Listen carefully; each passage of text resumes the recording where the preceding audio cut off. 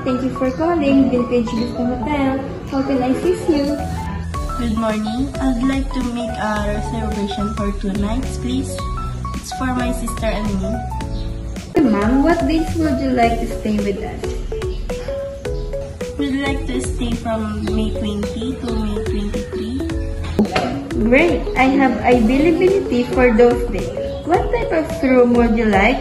We have deluxe room or suite that can accommodate 2 guests.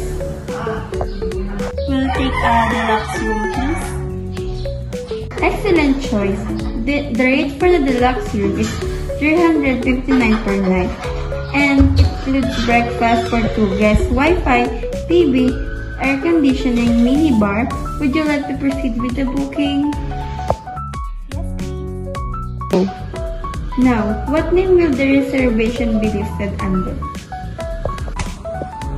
Lorraine Florence. And is there a phone number where you can be contacted? The number is 5526386. Alright, Miss Flores, your reservation has been made for the 20th of May for the deluxe room. Check-in is at 2 o'clock. If you have any other question, please do not hesitate to call us. Great. Thank you so much.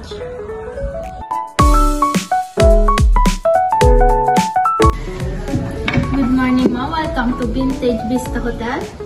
May I assist you? Sure, thank you. I received 2 bags. Do you have breakable item inside, ma'am? No. Okay, ma'am. This way.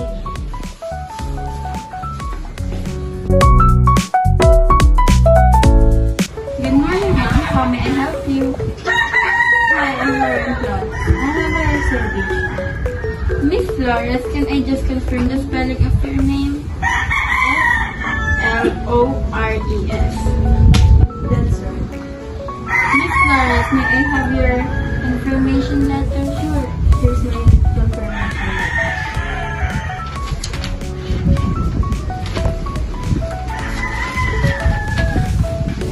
Miss Flores, would you please check and confirm all the details in the registration slip? Read and sign at the bottom of the part here. You're staying with us for 3 nights on the 20th day. Is that right? Miss Flores, may I have your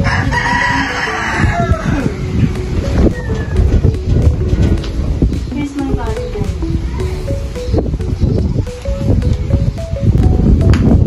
Miss Flores, I would like to inform you that we have fixed deposit box inside your room to secure your valuable items, and the code is 5669. Thank you. Okay, ma'am, dinner is served between 6:30 to 10 p.m. in a restaurant in the first floor.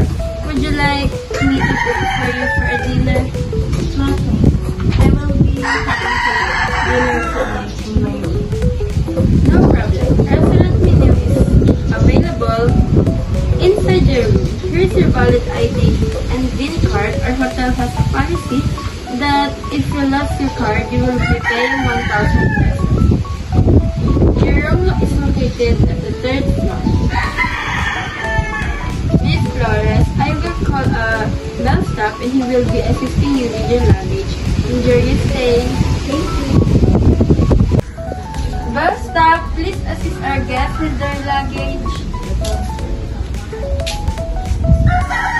Thank you. Here are your room keys. You're in room 306. Thank you. Here's your luggage tag. I lead you to the room. This way, ma'am.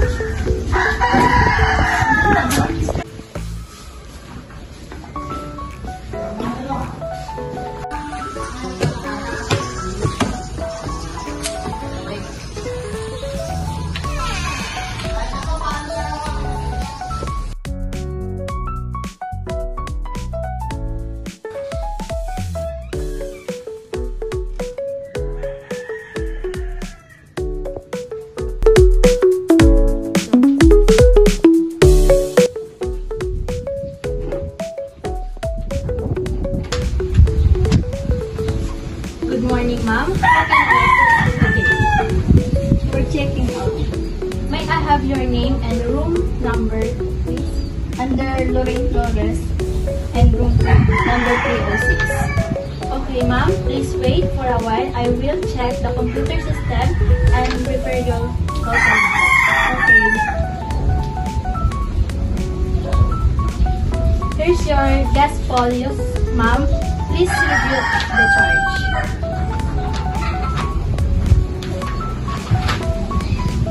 Your total bills comes out to be 14,497, broken down into 10,797 for the deluxe room for 3 nights and 3,700 for laundry service. Is everything correct, ma'am? Yes, it's correct. Please sign the folio to confirm. Would you like to settle the bill by credit card or the other like cash? Okay, ma'am. I received 15,000 and your change now is 503 pesos. Thank you. How was your stay with us? Do you have any feedback? It was great. Thank you. Thank you. Here's your payment receipt and zero balance bill. We will miss you. Thank you for your stay with us. Thank you. Bus stop, please assist the guests with their luggage.